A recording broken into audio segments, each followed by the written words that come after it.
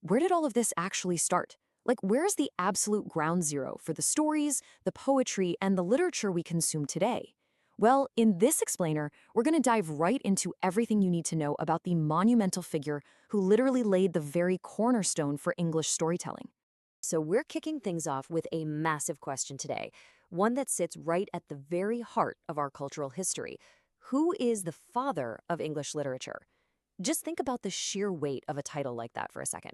We aren't just talking about a great writer or a really popular author. No, we're talking about the absolute genesis of an entire language's literary tradition. So who actually gets to claim that ultimate crown? Section 1. The father of English literature. Okay, let's dive into this. The answer is Geoffrey Chaucer.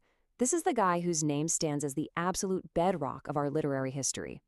And you know, what's incredibly fascinating here is that Chaucer, well, he wasn't just sitting alone in a quiet room jotting down poetry all day. Not at all. He had a seriously busy day job. He was a civil servant, a diplomat, and even a customs controller for the Port of London.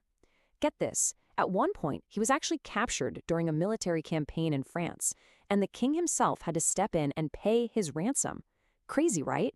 So this was a man who lived fully in the real world, rubbing shoulders with people from all walks of life. In this explainer, we're going to strip away all the boring textbook fluff and look strictly at the hardcore evidence that cements his legendary status. Moving right along to Section 2, a 14th century life. Geoffrey Chaucer lived from 1343 to 1400. Now, to truly wrap our heads around the historical weight of those dates, we kind of have to completely strip away our modern world. This was an era defined by just immense, unimaginable upheaval. The bubonic plague was literally sweeping across Europe, and knights were actively out there fighting in the Hundred Years' War. I mean, it's almost hard to even picture a lifetime from over 600 years ago, isn't it? It's a world so totally different from ours. But here is the kicker. Despite that vast ocean of time and all the historical turbulence between his era and ours, his influence has survived entirely intact. And he communicated that influence through Middle English. Now, to understand why this was such a massive game changer, you really have to look at the power dynamics of the 14th century.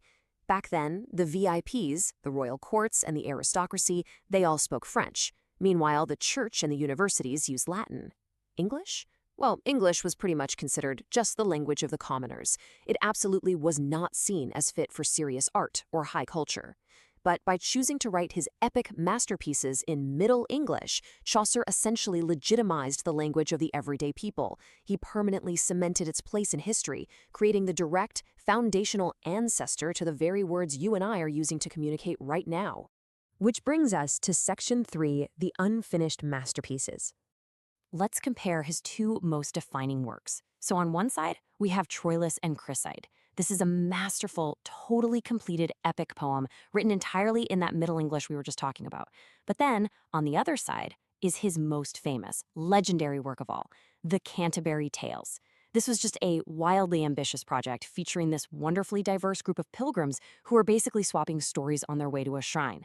But here's the absolute craziest part. This defining text, the very work that elevated him to the father of an entire literary tradition, was actually left incomplete. Yeah, it was famously unfinished when his life abruptly ended in the year 1400.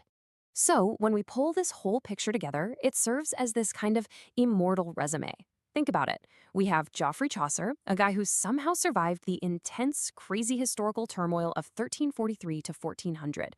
We have his incredibly bold, foundational choice to write in Middle English, totally elevating the language of the common people.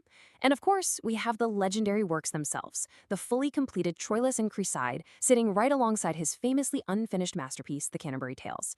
These core elements combined, well, they are exactly what definitively cement his legendary title.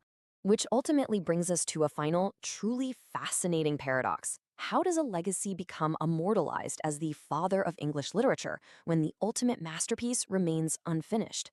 Honestly, it just proves that the sheer brilliance, the innovation, and the raw power of his storytelling were so profound that even an incomplete vision from the year 1400 was enough to define English literature forever.